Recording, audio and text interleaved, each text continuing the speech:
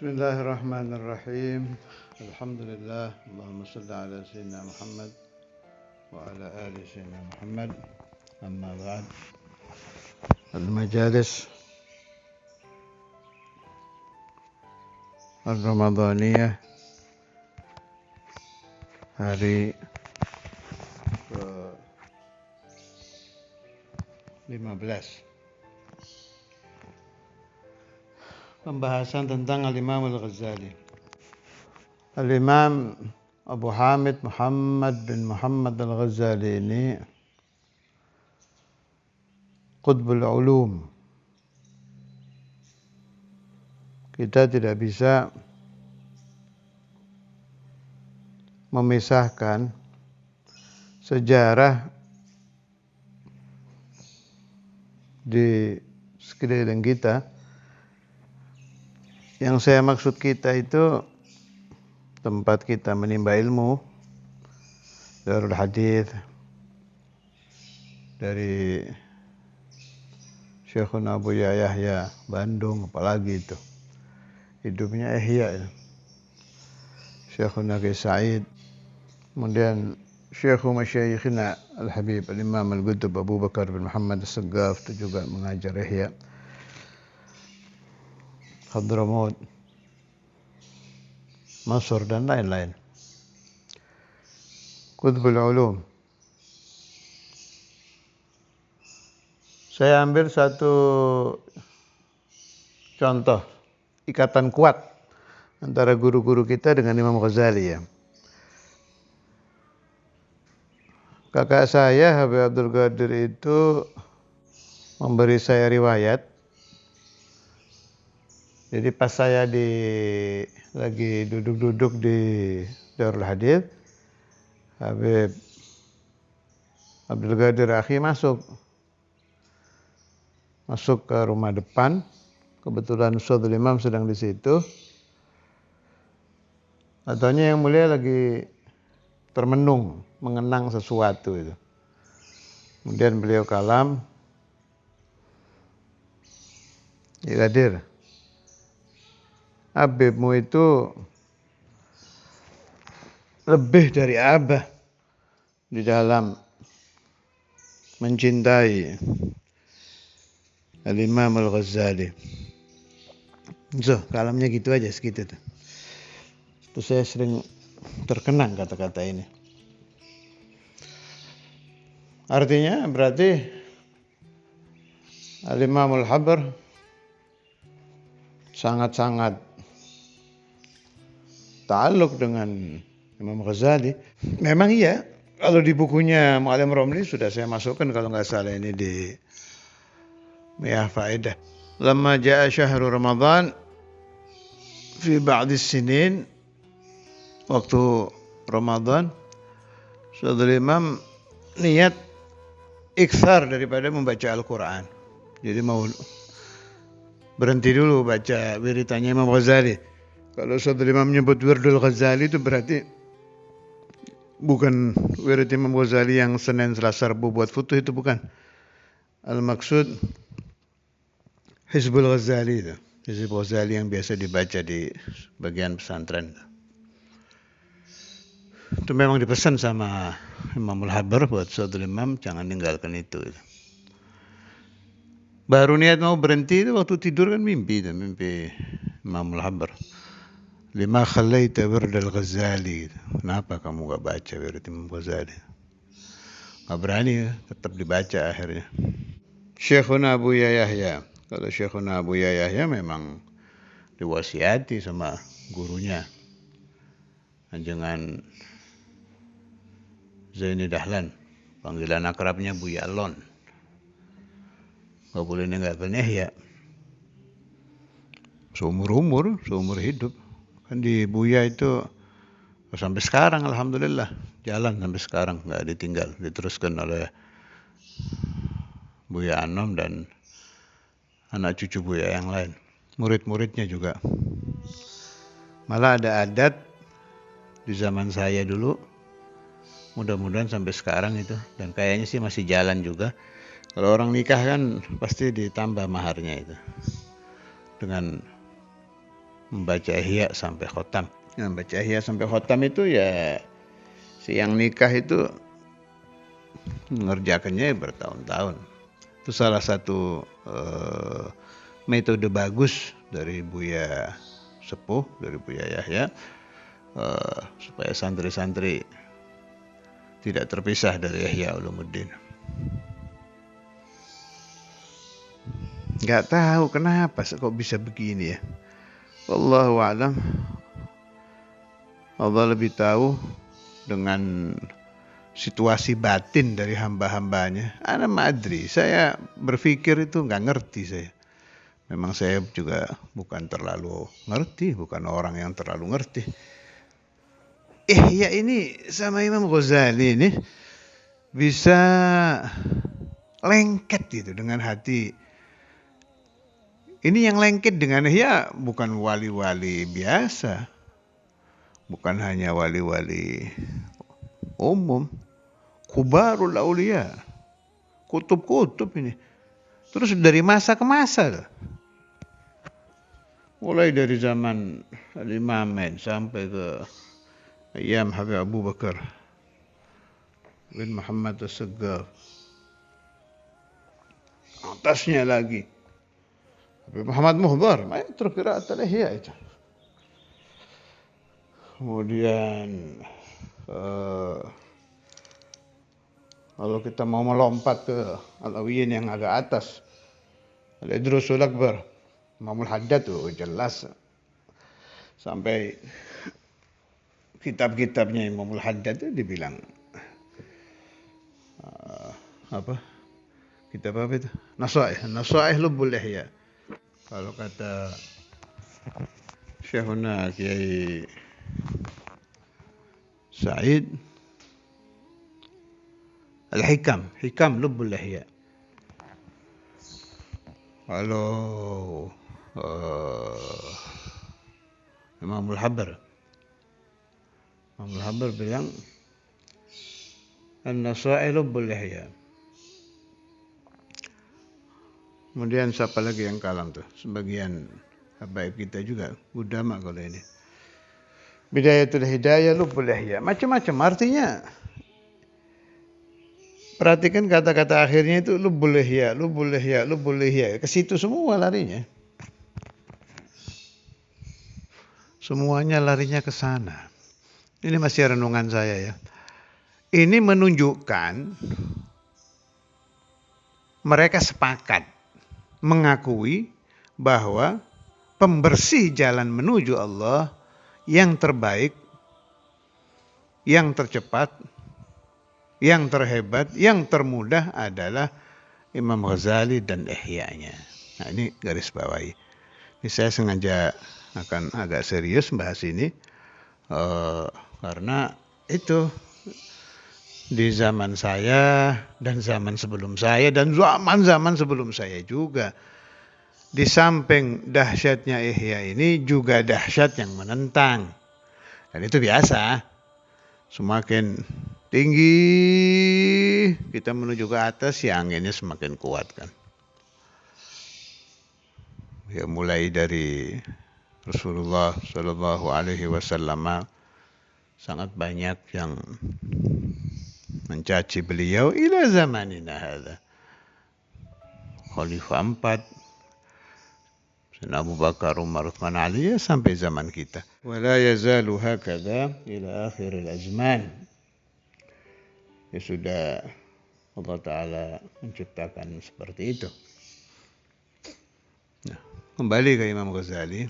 Itu tadi riwayat dua masyayikh saya, Saudara Imam dan Syekhuna Buya Yahya. Kalau Syekhuna Kiai Said, ini juga sudah sering saya ceritakan di Wali Songo, tapi tidak mengapa, ini sedang membahas Imam Ghazali.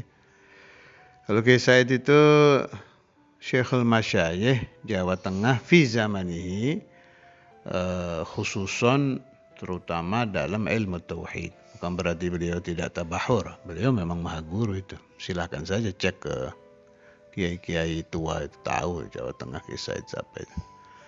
Tapi tabahurnya beliau dalam ilmu tauhid.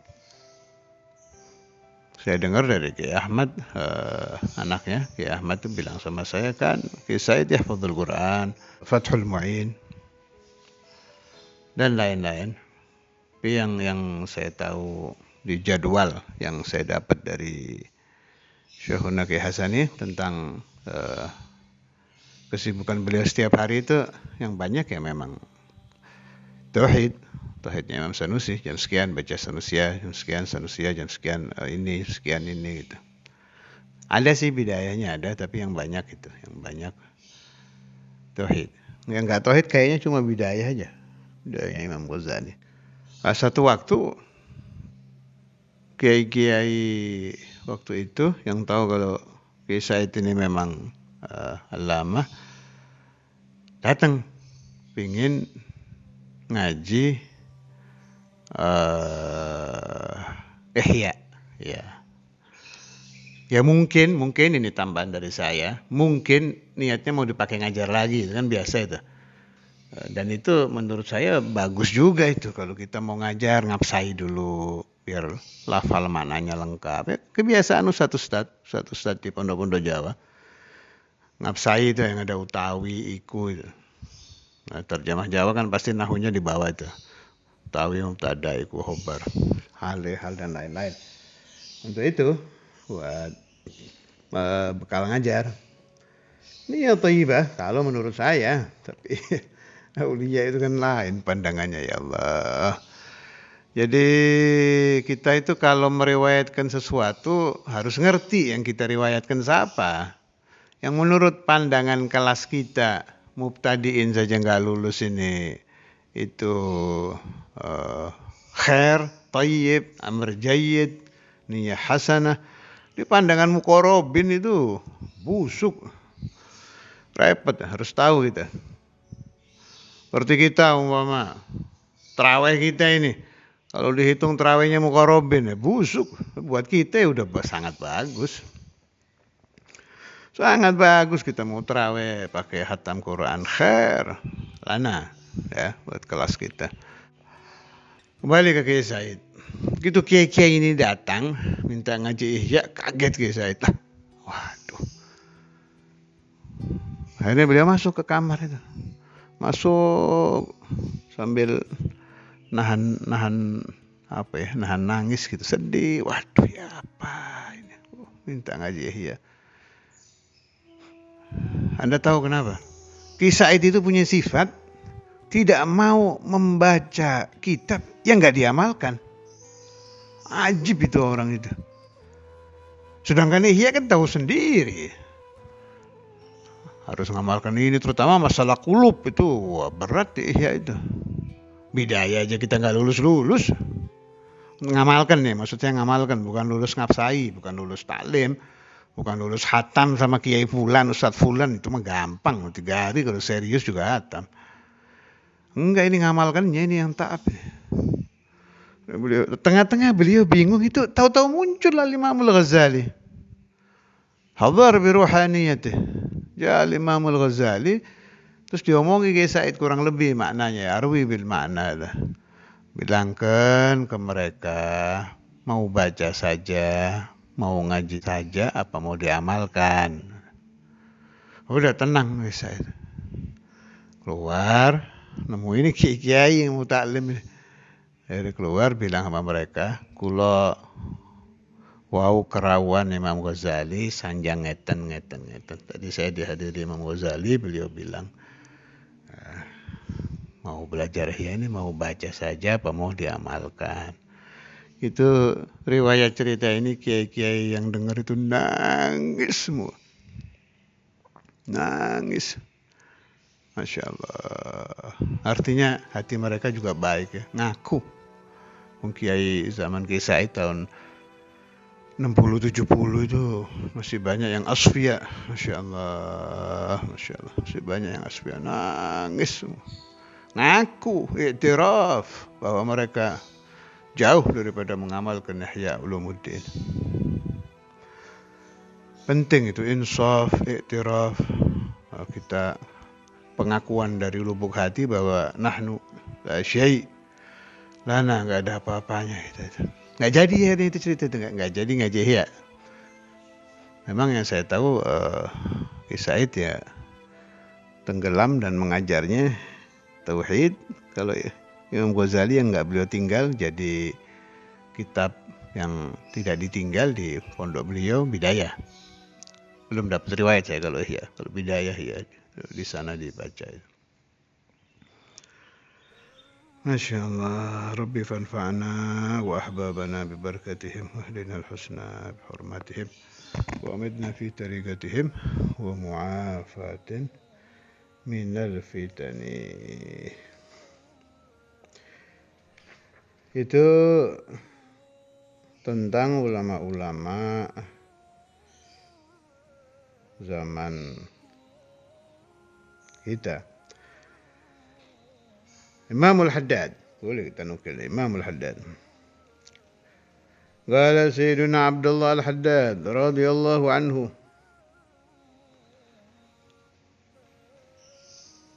berkata Imamul Haddad mengomentari ucapan Al-Imam Nawawi, kadal ihya ayyakuna Qur'anan, nyaris ihya itu menjadi Al-Quran. Gimana ini ihya kok dibilang hampir jadi Quran? Ini perhatikan ini ya, terutama telinga-telinga yang sering mendengar omongan miring tentang ihya, banyak hadis palsunya, dengarkan ini.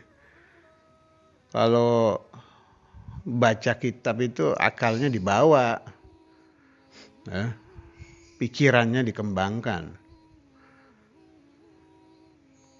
Anda mendengar komentar ustadz-ustadz dadakan, orang-orang yang baru lulus, baru zaman kita ini, baru kemarin sore komentari hadis ini. Nah, hal-hal begitu, ente berpikirnya begini. Oke, mereka dengan Imam Nawawi, alim mana? Kita bandingkan mereka dengan Imam Nawawi itu sudah salah besar. Membandingkannya saja sudah salah besar. Gunung dibandingkan dengan kerikil. Kerikilnya hitam lagi, jelek. Imam Nawawi itu jabal fil ilm. Ada kan di kalamnya Imamul Habar, lau ummiran Nawawi la sara mithla al-Ghazali. Nah, itu aja dalil lagi tuh. Seandainya Imam Nawawi panjang umur, beliau pasti menjadi seperti Imam Ghazali. La sara mithla berarti alimana? Imam Nawawi yang menjadi rujukan mereka-mereka juga di dalam memahami hadis. Kan Imam Nawawi itu ahli hadis juga. Karangan-karangannya fil hadis banyak. Imam Nawawi muhaddits azim. Sampai dikatakan oleh sebagian ulama, seandainya dihitung umur Imam Nawawi, maka akan muncul dari umur beliau setiap harinya itu ada karangan kitab sekian lembar gitu. Allah. Itu aja dibilang lau ummir, kalau panjang umur baru bisa jadi seperti Imam Ghazali. Madza yaqul al-Imam An-Nawawi? Kadal ihya ay yakuna Qur'anan. Nyaris ihya menjadi Al-Quran. Kira-kira Imam Nawawi ngomong gini udah baca ihya dari awal sampai akhir apa belum? Oh, Imam Nawawi, kelasnya Imam Nawawi itu kalau mengomentari ya pasti udah baca dari min awal ilal akhir. Bukan kayak komentar-komentar ulama zaman kita. Kalau suruh memberi pujian ke karangan-karangan orang kan lihat depannya doang, paling dibaca 2 lembar baru kasih takrit komentar. Orang dulu mah bukan begitu. Allah, orang-orang dulu itu kalau mengamalkan sesuatu hati-hati gitu. Suruh muji, ngasih takrit, suruh ngomong, nanti dulu dibaca min awal. Kalau enggak, mending ngomong enggak. Enggak mau mereka. Terlibat dusta itu tidak mau. Qudama, Allah. Idza qara'tum siyarahum. Kalau kita baca riwayat mereka itu hati-hati, ini dosa enggak ya? Saya kalau begini efeknya ada membuat orang ingin berdosa apa tidak ya? Ini efeknya kemana ini? Ikhlas nggak saya ini? Ikhlas nggak ngarang ini? Ada yang kitabnya ditaruh botol dilempar ke laut. Ada yang dilempar ke api dari hati-hatinya, ihtiyat. Saya kalau udah dengar ulama-ulama lulusan zaman ini ada Indonesia atau luar yang komentari Imam Ghazali itu. Wallah, ya semut ini komentari gajah. Semut terlalu bagus buat contoh. Semut masih cakep. Ya lalat. Ya dzubab. Komentari jibal fil ilm. قال سيدنا عبد الله الحداد رضي الله عنه وهل ذلك لكثرة ما فيه من آي القرآن للاستدلال بها أم لكونه معجزا فشابه القرآن. Malah Imam Al-Haddad ini cakep kalau sudah nilai ihya ini. Beliau dibilang kadal ihya ayakuna Qur'anan karena Qur'an itu ada ijaz. Mustamirrah ila yaumil qiyamah. Sampai kapanpun orang akan meniru Al-Quran, nggak bisa. Ada ijaz minallah. Nah, selain kelebihan lain, banyak ayat Quran buat istidlal dan lain-lain, ada mu'jiznya ini Quran, ada ijaznya. Wa hadza aqrab. Wa ma'na kaunihi mu'jizan annahu ala minwalin lam yusbaq ilaihi mithluh wa ya'suru ala man arada ay yusannifa mithlahu al-ityanu bi musannafin ala namatihi intaha. Karena bagi yang baca ini ihya min awwal ila akhir akan menemukan susunan ihya ini tidak bisa ditiru. Metode ihya ini tidak bisa pengarang-pengarang selain Imam Ghazali untuk mengarang seperti itu. Tidak bisanya itu ya memang nggak bisa. Nyaris mirip i'jazul Quran gitu maksudnya. Nah, paham? Saya ulangi. Ada alamah muncul gitu.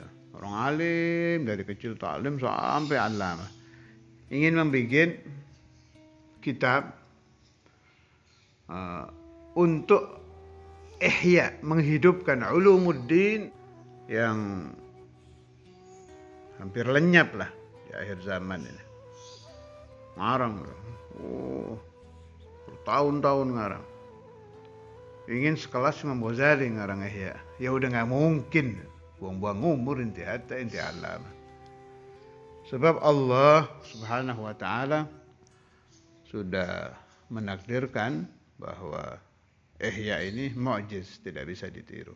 Tapi ya jelas ijaznya Quran itu wajib ya.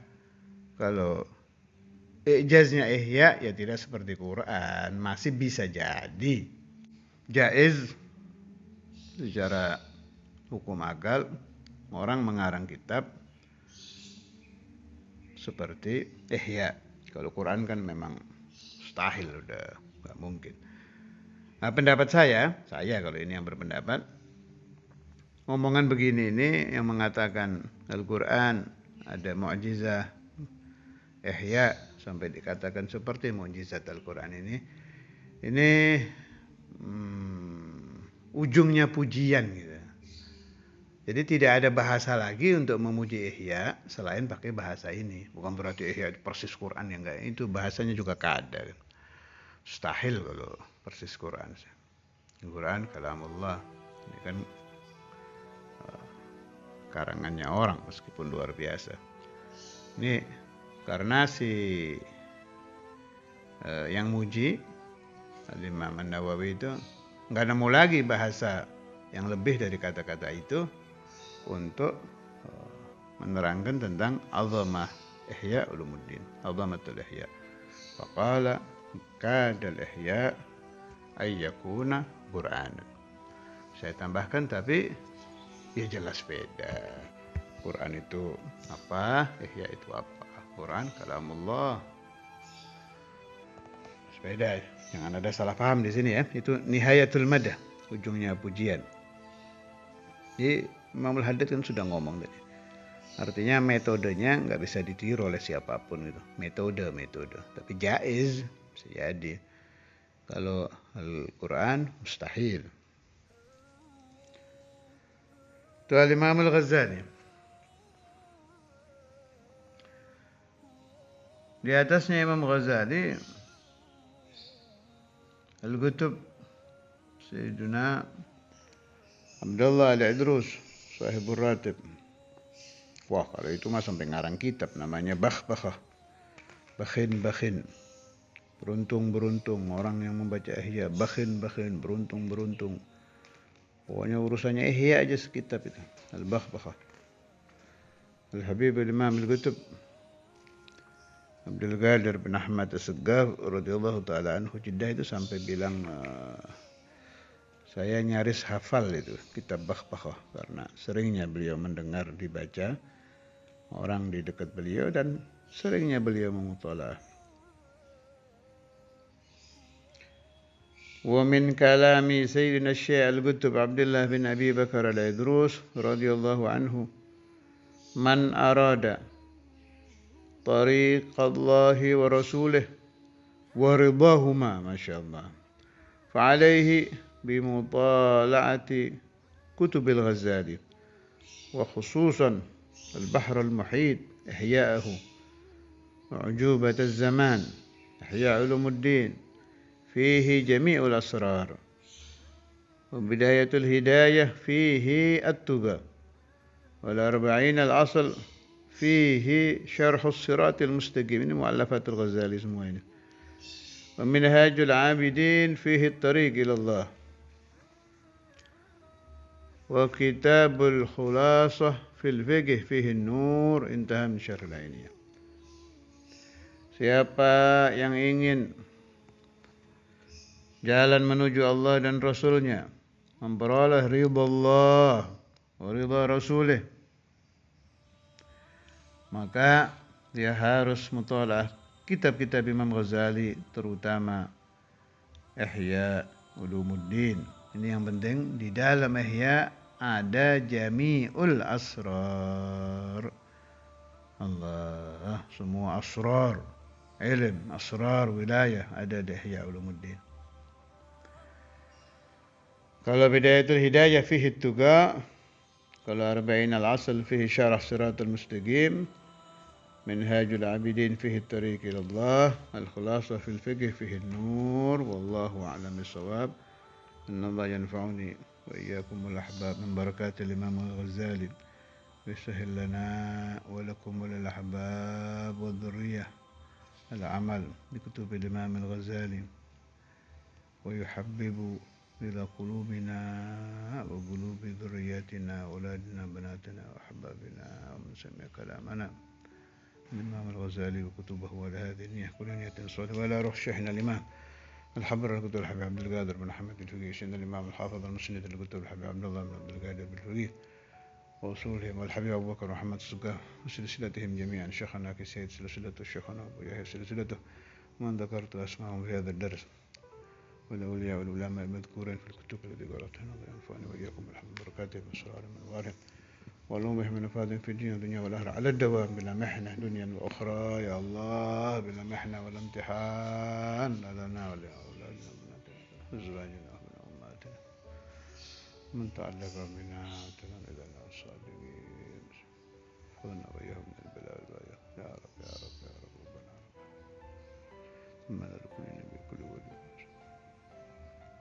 الفاتحة إلى حضرة النبي.